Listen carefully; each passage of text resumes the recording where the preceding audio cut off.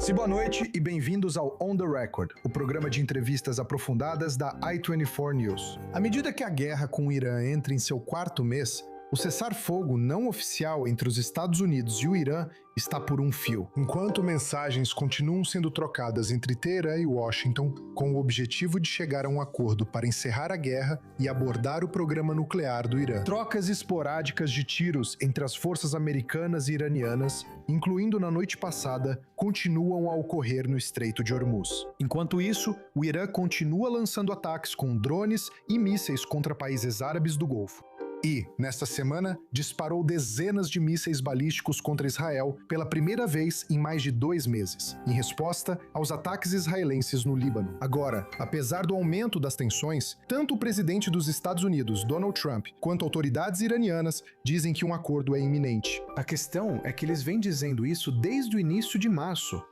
E enquanto cada lado mantiver suas linhas vermelhas, não parece possível chegar a um acordo.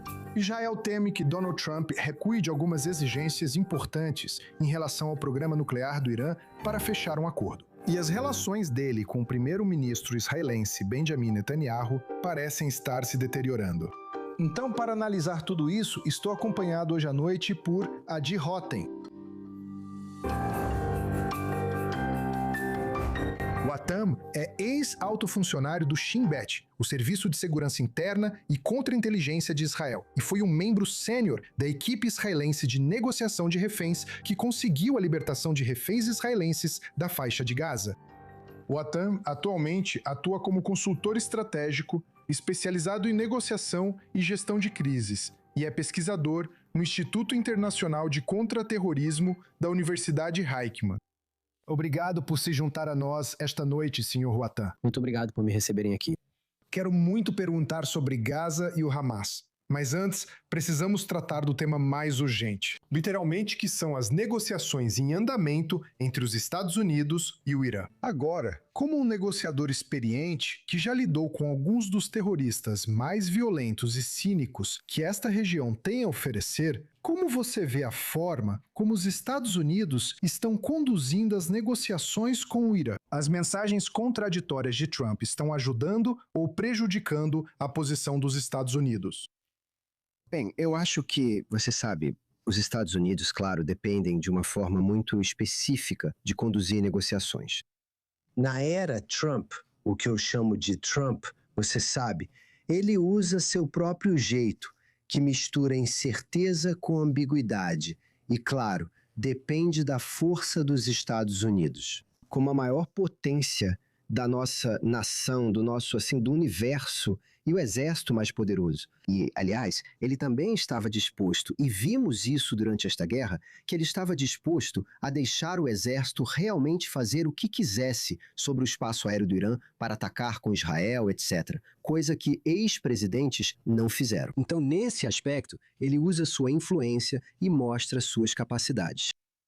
Ao mesmo tempo, essa técnica de Trump na negociação pode ser usada no mundo ocidental, como vimos nas negociações de tarifas e até com a Groenlândia, se quiser levar a esse ponto.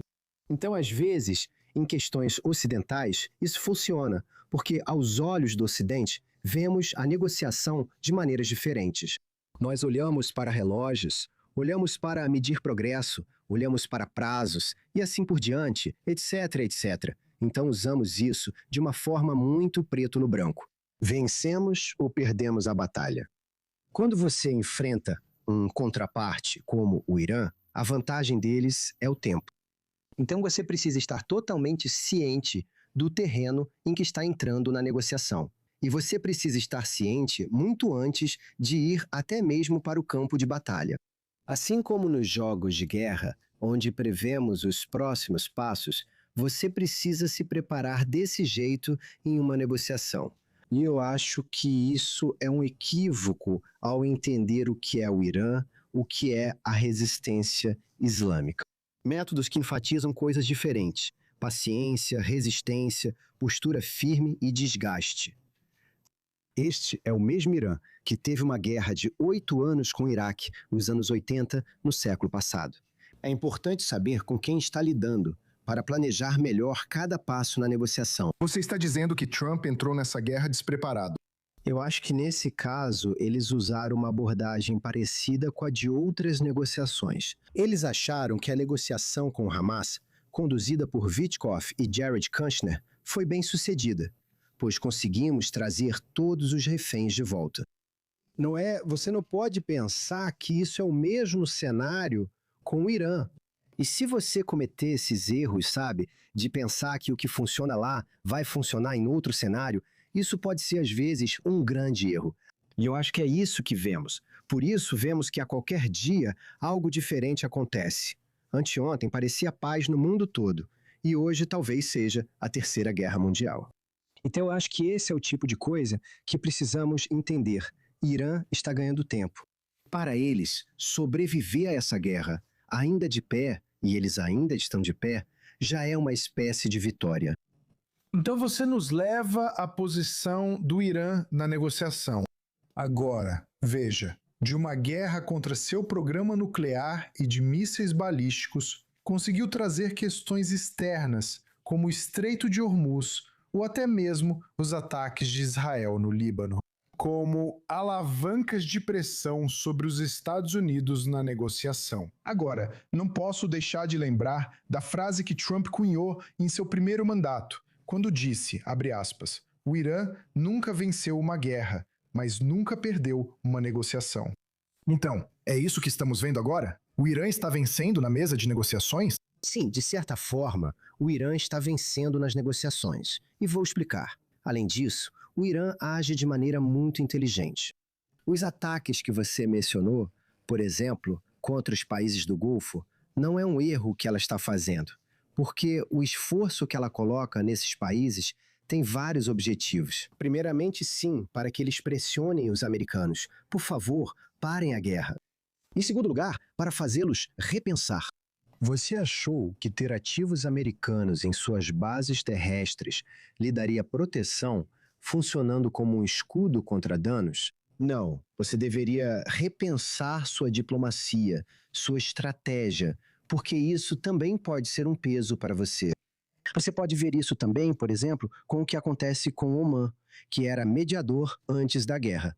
E veja o que está acontecendo nas últimas semanas, quando Omã está se aproximando cada vez mais do Irã, porque está calculando os passos e acha que sairá vencedora desta guerra. E a última coisa que quero dizer, você mencionou o Líbano. Sim, isso é meio que, você sabe, uma nova situação tensa. Como se eles quisessem unir todos os grupos aliados e mostrar que, se você atacar Beirute, vai receber mísseis do Irã. Não era assim antes, e é uma grande escalada. Então, chegar a um memorando de entendimento para acabar com a guerra, porque é isso que está em pauta agora, isso é melhor para o Irã ou é melhor continuar mantendo esse nível atual de tensões? O que é melhor para o Irã? Um acordo ou a situação atual? Bem, depende do que está no acordo, sabe? Porque eu acho que o o Irã está tentando é, como o Irã tenta explicar, de uma forma clara para o mundo, para os americanos, claro, para os israelenses, estamos dispostos a lutar pelo tempo que vocês quiserem. Vocês mataram muitos dos nossos líderes. Vocês prejudicaram, e nós também, junto com os Estados Unidos, a infraestrutura do Irã, causando sérios danos econômicos ao país. Mas eles estão dizendo que ainda podemos ficar de pé. E é isso que estou dizendo, sabe? O caminho da resistência islâmica, os valores da resistência islâmica. Quando você não entende quais são os valores fundamentais, você está enganado no campo da negociação. E nós vemos isso, aliás, a mesma coisa de uma forma um pouco diferente com o Irã, com o Hezbollah no Líbano, com o Hamas em Gaza e até mesmo com os Houthis no Iêmen. Cada um é um ator e jogador diferente, em uma arena distinta. Então ele está se adaptando ao cenário. Mas, para cada um deles, a sobrevivência é a vitória. Olha, o Irã disse que protegeria todos os seus representantes, que protegeria ou atacaria Israel se Israel atacasse Beirute, e depois estendeu isso para todo o Líbano. Depois também incluiu Gaza. E agora, voltamos apenas para Beirute. Acredito que os iranianos também têm dificuldade para encontrar uma mensagem que salve sua rede de representantes em colapso. Mas se estamos falando sobre o que o presidente Trump e os Estados Unidos como um todo precisam fazer agora, Com o Irã ganhando tempo e aparentemente o tempo estando ao lado deles, o que os Estados Unidos deveriam fazer neste momento? Acho que duas coisas são importantes. Primeiro, é preciso romper essa nova equação de dissuasão que os iranianos tentam impor, como no caso do Líbano. Quando dizem, se atacarem Beirute, revidamos, é preciso responder com bombardeios. Me desculpe dizer, mas às vezes essa é a única solução. Que você não se intimida com ameaças assim. E você precisa mostrar a eles que não aceita isso, que essa equação não é aceitável. Não estou disposto a aceitar isso, desculpe. E em segundo lugar, e talvez seja um problema maior, você precisa entender se o tempo é o trunfo e a vantagem deles. Então você tem que jogar com as mesmas cartas. Você quer tempo? Eu vou manter o bloqueio no Estreito de Hormuz. Vou manter seu isolamento. Vou continuar prejudicando você, economicamente e na infraestrutura. Então o tempo não está a seu favor. Essa é a única coisa. Você precisa jogar com as cartas que o outro lado vê como um trunfo e mostrar para ele que você pode prejudicá-lo. Mas veja, o Irã já impôs essa nova equação a Israel porque, por exemplo, se o Hezbollah atacar o norte de Israel amanhã, daqui a uma semana ou daqui a um mês, Israel se colocou numa posição muito difícil e vai ter que responder com um ataque em Beirute. O Irã vai atacar Israel e Israel vai retaliar contra o Irã. Mas essa resposta será limitada, porque Trump está pressionando Netanyahu para limitar o alcance dos ataques israelenses ao Irã. E essa dinâmica é algo que o Irã pode suportar porque os ataques israelenses são limitados. Então, como você quebra esse ciclo? Pois para o Irã, ele pode seguir fazendo isso. Então, o que fará? Em qualquer momento que decidir, o Irã vai ordenar ao Hezbollah que ataque Israel, desfazendo essa dinâmica. Mas isso vai pressionar Trump na mesa de negociações. Sim, a única coisa, assim, como você disse, antes de tudo, isso é um grande problema. Não estou dizendo que não é. O que eu estou dizendo é que é sobre convencer o presidente Trump a entender que, se você obedecer ao que eles tentam impor, como dissemos, novas regras do jogo, você vai perder de qualquer jeito. Então você tem que deixar claro, explicar com muito mais força, além de bloqueio, etc., que você não está disposto a aceitar isso, mesmo que o custo que você vai pagar no curto prazo seja alto, mas você tem que pensar no longo prazo. E mais uma coisa, sabe? Em negociação, tem um termo que usamos com muita frequência quando vamos negociar, que é o BATNA. Tipo, qual é a sua melhor alternativa a um acordo negociado? Isso é algo muito poderoso que nós, negociadores, procuramos. Agora, os iranianos consideram a alternativa bem melhor que aceitar o acordo. Você precisa fazê-los entender, como falei, com uma abordagem mais ampla para continuar prejudicando, inclusive infraestrutura. Até agora, o dano que você vinha causando a eles era bem limitado. Com o bloqueio, com o isolamento, com as sanções econômicas também, tudo junto. Tudo ao mesmo tempo. Um pacote que você diz, estou disposto a mantê-lo pelo tempo que for necessário. Mesmo que você tenha alguma pressão, e eu não estou, sabe, como eu disse, estou totalmente ciente da pressão que até mesmo o presidente Trump teve em sua própria casa, a eleição em novembro, o aniversário de 250 anos, o aniversário americano. O aniversário de 80 anos, a inflação hoje. Eu sei. Várias variáveis que colocam muita pressão. Mas se você quer vencer no longo prazo, tem que estar disposto a pagar um preço no curto prazo. Então eu entendo que o status quo beneficia o Irã. Temos que garantir que o acordo não beneficie eles ainda mais. Mas eu quero passar para Gaza porque esse é um dos principais motivos de você estar aqui. Hoje marca exatamente 8 meses desde a implementação do cessar-fogo, desde que entrou em vigor. Todos os reféns foram libertados. As forças israelenses ainda estão dentro de Gaza, mas o Hamas continua se recusando a se desarmar, mesmo hoje com as negociações em andamento no Cairo. Então, como você vê as coisas avançando daqui em diante em relação à faixa de Gaza? Bem, atualmente acho que estamos realmente em um impasse. Quero dizer, Nikolai Mladenov, o CEO do Conselho de Paz, teve várias rodadas de conversas com o Hamas com a ajuda dos mediadores. Se isso ajudar, aliás, não tenho certeza. Mas ele fez isso várias vezes, inclusive esta semana no Cairo. Nada saiu disso, porque, aos olhos do Hamas, eles não estão dispostos a abrir mão das armas. Essa é a única maneira deles sobreviverem. Você sabe, como Max Weber disse há muitos anos, no século passado, o monopólio da violência. Se você não tiver o controle das armas, não será capaz de controlar o que acontece em Gaza. E, mais uma vez, a Organização de Resistência Islâmica, tudo se conecta, sabe? Todos os pontos estão ligados.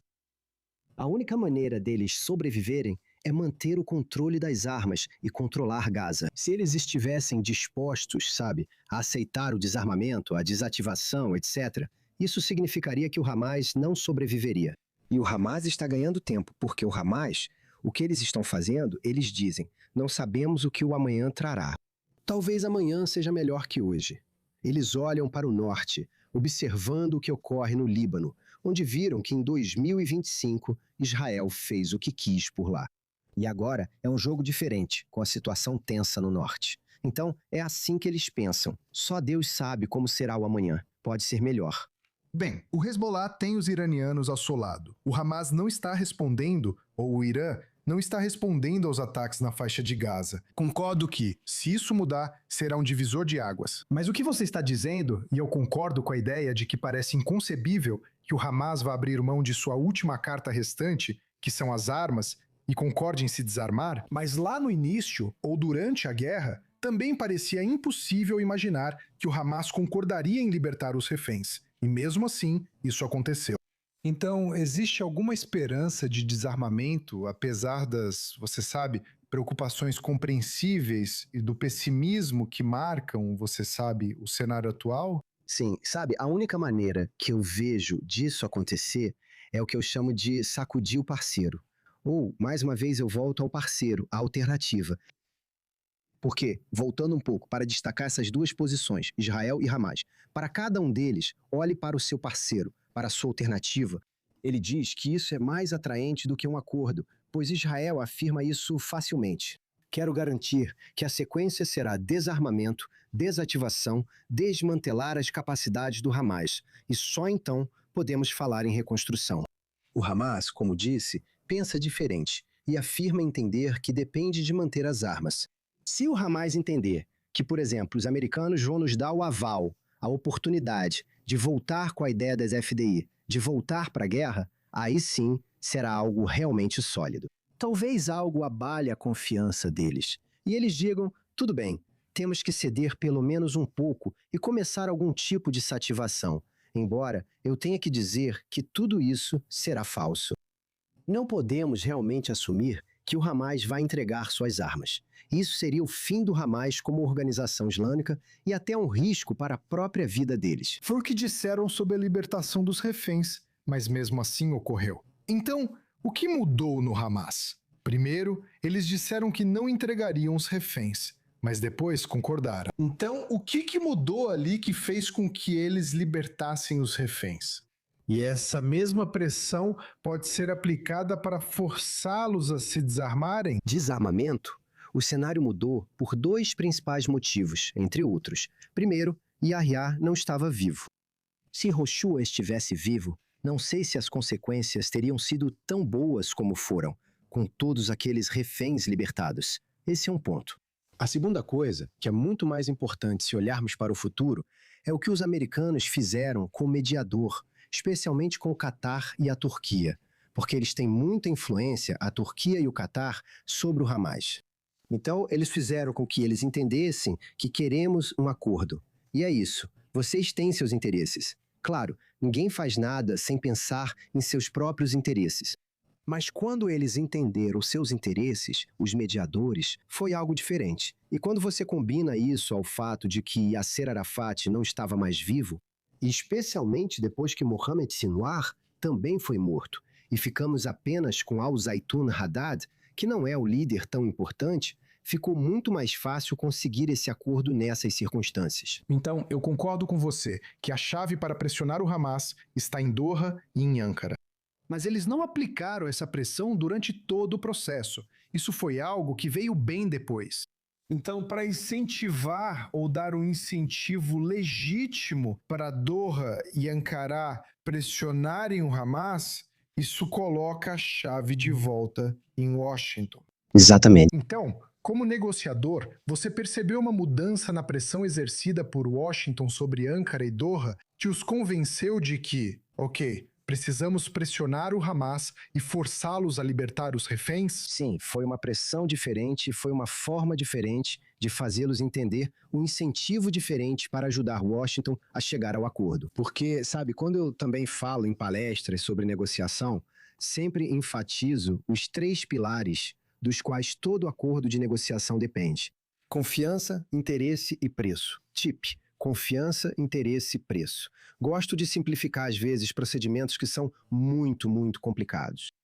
E uma vez que você faz os atores, os jogadores, os mediadores entenderem qual é o interesse deles no acordo, o que eles estão recebendo de Washington, por exemplo, isso pode mudar e transformar todo o acordo. Isso realmente não acontece agora. Eles estão deixando Nikolai Mladenov tentar encontrar uma solução, já que o foco está no Irã e no Líbano. Há muitos problemas no Oriente Médio e o Hamas está se aproveitando disso. Sim, eles estão tentando permanecer, sabe, atrás ou abaixo do limiar da guerra. Eles fazem isso porque se adaptaram novamente à guerra de guerrilha. Mas eu digo, se voltarmos à negociação, é preciso garantir que os mediadores tenham um incentivo para resolver. Ankara, porém, não tem nenhum. Veja o que Erdogan falou hoje sobre Israel, Netanyahu e nossas ações no Líbano e Síria. Isso só comprova que eles não têm interesse algum. Estou insistindo nisso porque essa dinâmica já existia antes dos reféns serem libertados. Mas então a pressão mudou de Washington, aparentemente, para Ankara e Doha, para conseguir a libertação.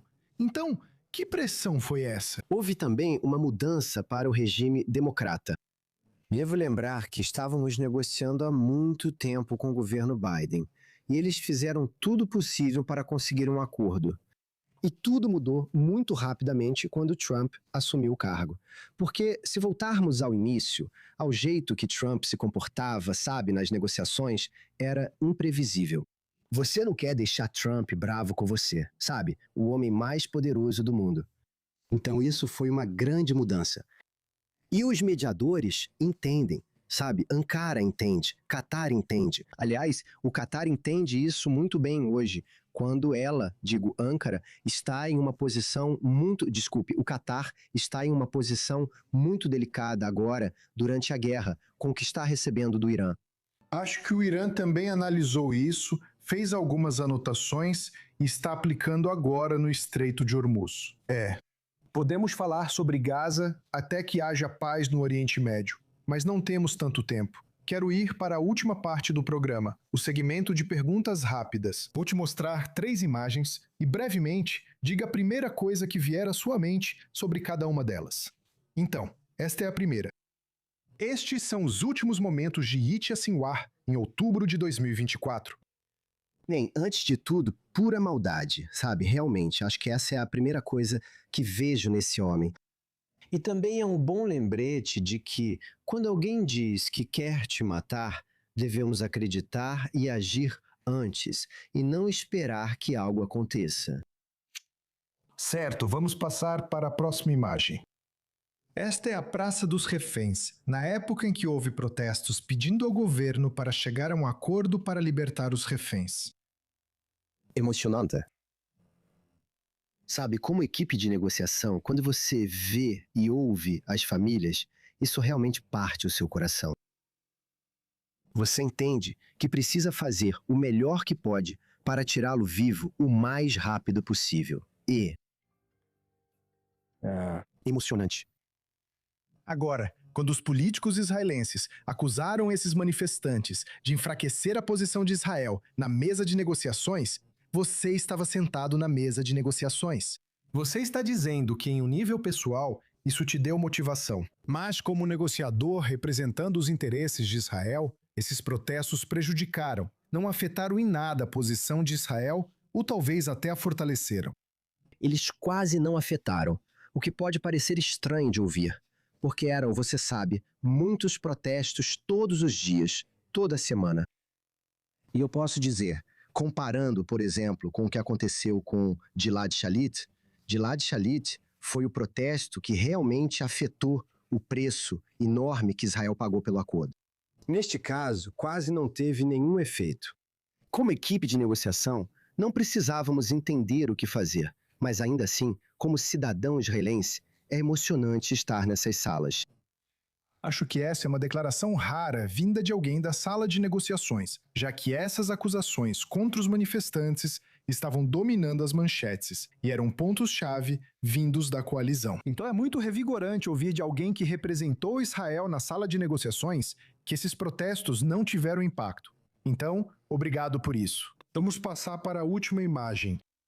Isto é, primeiro-ministro Benjamin Netanyahu e o presidente Donald Trump, quando Trump visitou Israel no Knesset. Eu tenho que dizer, para mim, quando ouvi Trump, fazendo discurso no Knesset, me senti muito, muito bem por termos um aliado tão forte. Trump é uma figura muito peculiar. Não estou falando de outros aspectos, mas acho que quando Israel diz, e o primeiro-ministro Netanyahu disse, que nunca tivemos realmente um amigo tão grande, não que Biden ou outros não fossem pró-Israel, e Biden era um sionista, etc. Mas eu acho que, sim, Trump é muito único com o apoio que ele dá a Israel e o poder de barganha que ele dá a Israel. Acho que, nesse sentido, ele é realmente único. E, brevemente, se puder, o que você acha dessas tensões entre Trump e Netanyahu? Há mesmo diferença? Ou isso é só uma tática clássica de policial bom, policial mau? Acho que eles têm uma boa colaboração. Talvez algo tenha acontecido, nos últimos dias. Não tenho certeza. Deixo isso para os analistas políticos, que talvez estejam indo melhor do que eu atualmente.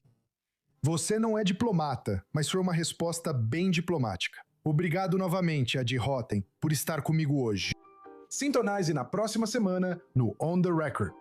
Encontre estes episódios anteriores no YouTube e Spotify. Obrigado por assistir.